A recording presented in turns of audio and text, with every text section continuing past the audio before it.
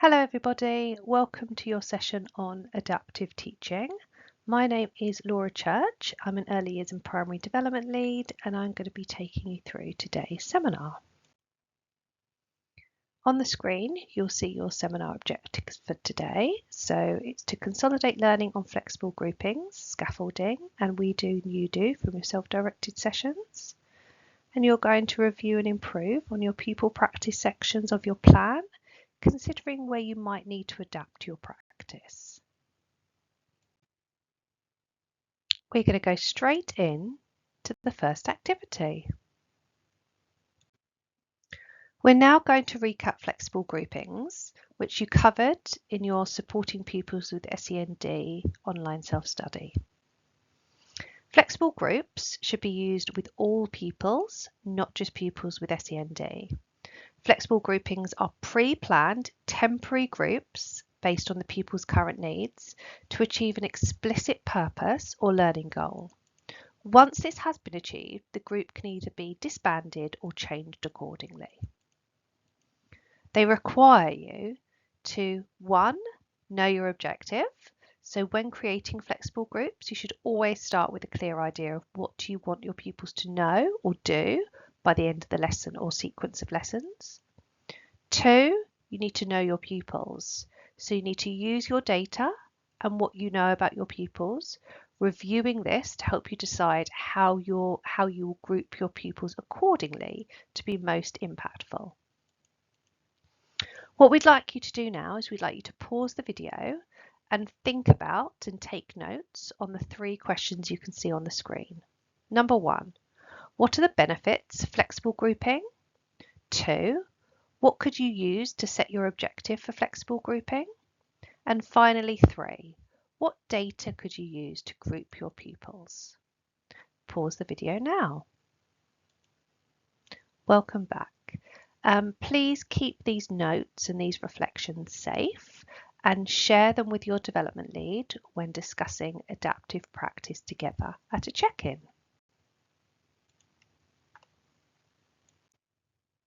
We are now going to recap scaffolding, which was covered in your self-directed study session on supporting pupils with SEND. Scaffolding is a temporary verbal, visual or written support provided to pupils to enable them to independently complete a task. The support is gradually reduced as the pupils become more confident and is eventually removed altogether when it is no longer required. Before deciding on the type of scaffold you implement, it's important to consider the following questions. What am I trying to teach the pupils? What do I want them to learn? Does this scaffold address what the pupil or pupils are struggling with? How could I further adjust or adapt this if needed? I'm now going to ask you to do a short activity. What I would like you to do is you can see there are 4 blue boxes and 1 yellow box that has appeared on the screen. I'd like you to match the 4 titles that are in the yellow box at the bottom with the correct definition in the blue box. I'd like you to pause the video now to correctly identify the type of scaffold and then its definition in the blue box. And then once you unpause and come back together, we'll go over the answers. Okay, thank you for that. So our answers. So number 1, prompts. Ideally, you have matched that with definition A. So it's a verbal or visual cue that prompts pupils on what steps they need to take to complete a task. Number 2, tools. Ideally, you have matched that with C. Tools are a checklist or graphic organizer or cue cards or writing frames. 3, expert modelling. Ideally, you have correctly connected that to the blue box D. Expert models demonstrate what the complete task looks like for pupils so that have a point of comparison. And then last but not least, number 4, think aloud. That goes to B, to model steps and address misconceptions. All of these scaffolding ideas that you can see in the yellow box are all suggestions mentioned by Rosenshine. If there's anything which you feel you need more support with, please note it down and discuss it with your development lead at your next check-in. Okay, let's have a little look at some scaffolding examples. So when teaching pupils to structure their persuasive writing, for example, a scaffold that a teacher may use to support them to do this independently is a writing frame, which you can see on the right of the screen, or a writing checklist, which you can see on the left of the screen. The teacher would first model how to use the writing frame or checklist during the I do stage so that pupils know how to use this independently to support their writing.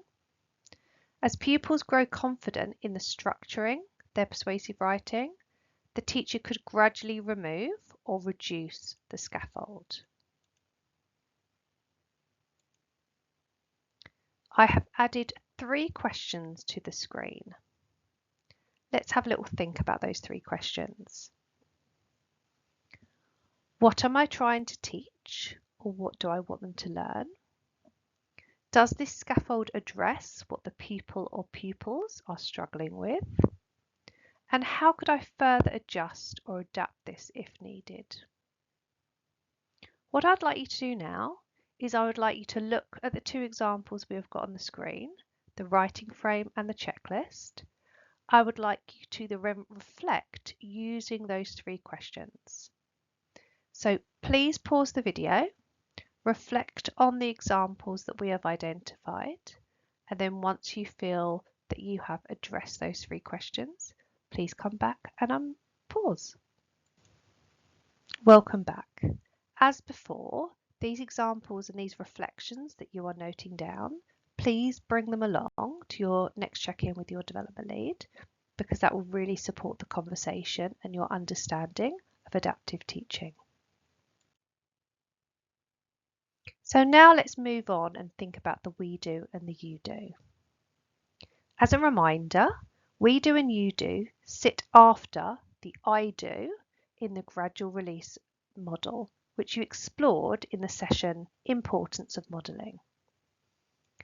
Following the I do stage, where the teacher models how to complete or perform the task or concept being taught, the focus of the we do phase is for the pupils to then follow the same process collaboratively with the teacher, still providing support and guidance. This can involve pupils working through written examples or following the teacher's thinking process. This part of the process allows for a deeper level of learning to develop. This step allows a teacher to guide and encourage pupils through the process being taught without leaving them to cope with new material that they are learning alone. This helps build confidence and allows the teacher the opportunity to check pupil understanding and ensure they are obtaining a high success rate before sending pupils off to practice independently.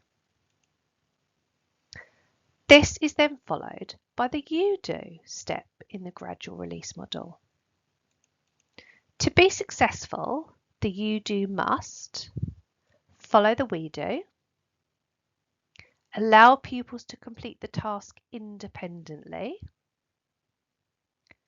allow you to monitor pupils' progress on the task. During these stages, we should consider what scaffolds pupils may need to support them in being successful, and how and where you may need to adapt your teaching to respond to the needs of your pupils. Please keep this in mind when we work through the next 2 activities.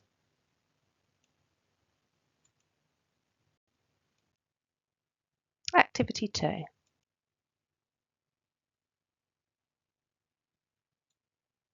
So, as part of your self-study, you were asked to do some pre-work for today's seminar, and that was to write your we do on your plan.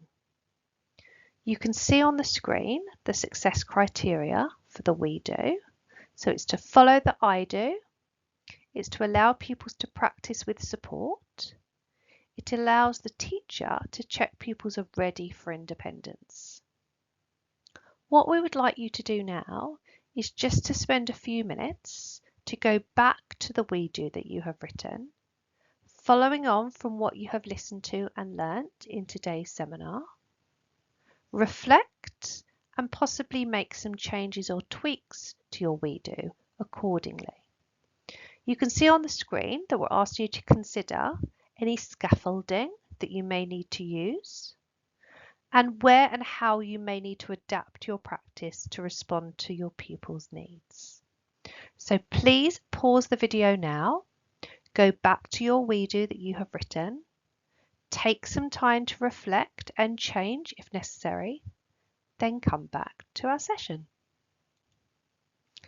Hopefully you found that useful, and ideally you've made one or maybe more improvements to the We Do that you originally wrote.